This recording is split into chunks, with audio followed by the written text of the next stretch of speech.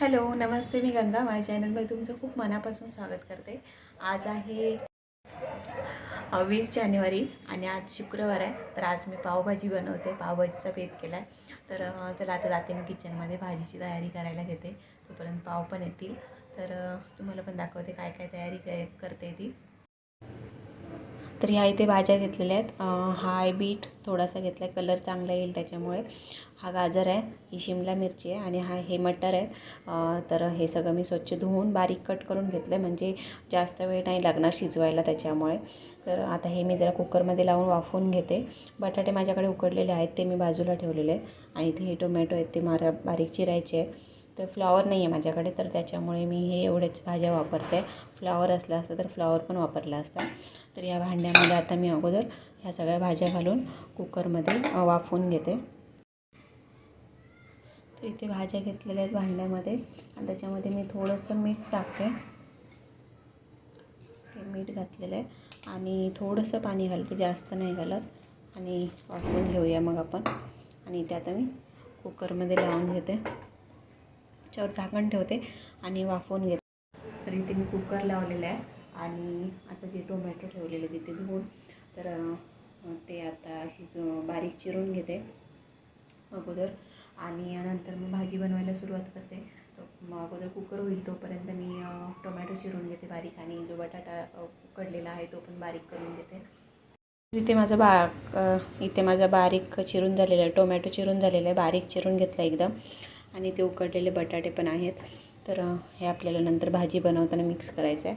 आता अगोदर कुकर होऊ दे, तोपर्यंत मी बाकीची कामं करून घेते माझी. तर इथे मी ज्या भाज्या शिजत ठेवलेल्या त्या शिजलेल्या आहेत, हे बघा काढल्या आहेत मी आता बाहेर. आणि मटर वगैरे व्यवस्थित शिजलेत. त्याच्यामध्ये पाणी घातलेलं होतं, ते पाणी थोडंसं मी बाजूला काढून घेते आणि नंतर मग ज्या भाज्या आहेत त्या स्मॅश करून घेते. तर इथे बघा तुम्ही, पाण्याला किती छान कलर आलेला आहे. बीट होता त्याच्यामुळे बीटचा कलर सगळा पाण्याला आलेला आहे.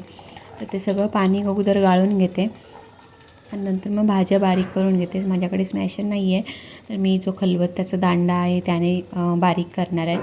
तर ते आता भाज्या अगोदर मी सगळ्या बारीक करून घेते पटकन आणि नंतर मग आपण भाजी फोडणीला देऊया.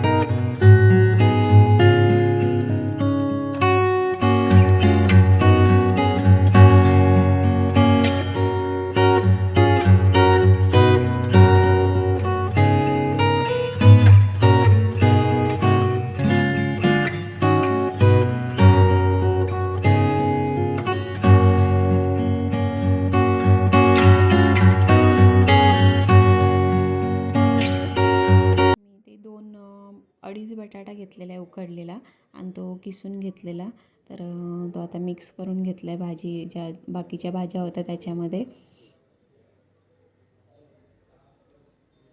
आणि आता आपण इथे आपला टोमॅटो पण शिजला आहे का बघून घेऊया. तर मी झाकण काढते अगोदर.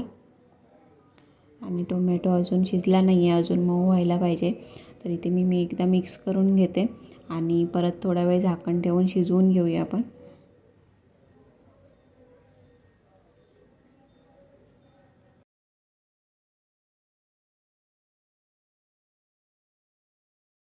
टोमॅटो अजून शिजला नाही आहे तर मी त्याच्यामध्ये मीठ पण घालून घेते. मीठ घातल्यामुळे टोमॅटो लवकर शिजेल, लवकर मऊ होईल. तर मीठ घातलं आहे आणि आता वर झाकण ठेवते. आणि बघा आता थोडा वेळ झालेला आहे. आता याची टोमॅटो बऱ्यापैकी मऊ झालेला आहे. तर मी असं चमच्याने जसं त्याला बारीक करून घेते आणि मिक्स करते. पण अजून शिजला पाहिजे.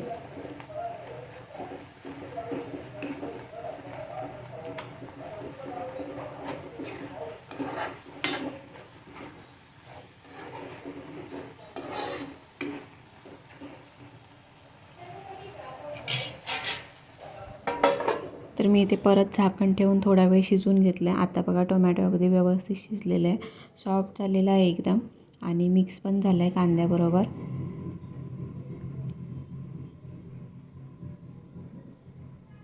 आता त्याच्यामध्ये मी मसाले ॲड करते.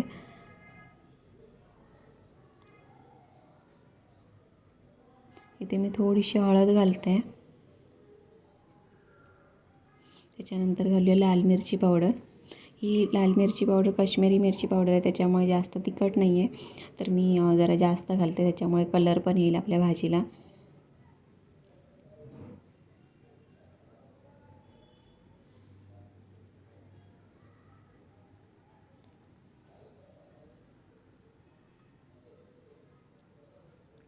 आणि आता आपण घालूया पावभाजी मसाला.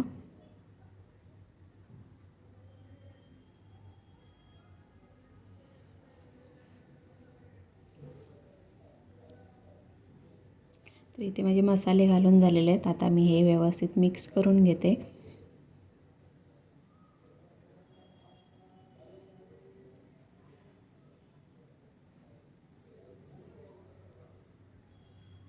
आणि 1-2 मिनटासाठी आपण झाकण ठेवून परत शिजवून घेऊया.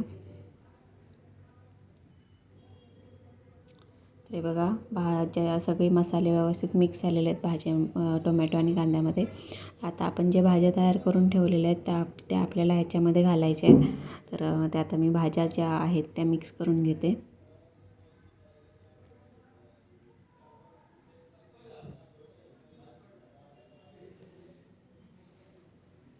आणि आता मी हे मिक्स करते सगळं. हे जरा जाड आहे तर आपल्याला थोडंसं पाणी घालावं लागेल. तर जे भाज्यांचं भांडं होतं तेच मी धुवून जरासं पाणी घालेल त्याच्यामध्ये. पण अगोदर हे मिक्स करून घेते व्यवस्थित सगळ्या भाज्या.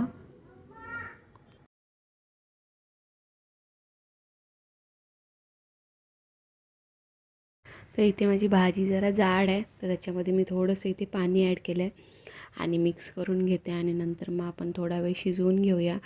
पाण्यामध्ये व्यवस्थित मिक्स झाली पाहिजे भाजी.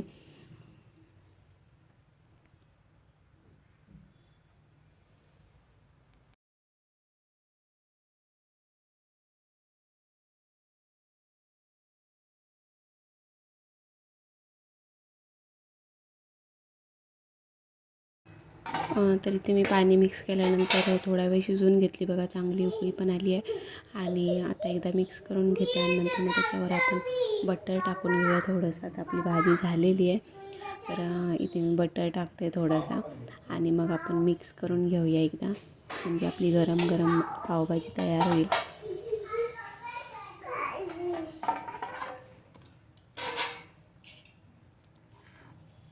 तर हे बघा किती छान झाली आहे भाजी. बटर पण मिक्स झालं आहे व्यवस्थित, मेल्ट झालेलं आहे. तर आता आपण ही भाजी खाऊ शकतो गरम गरम.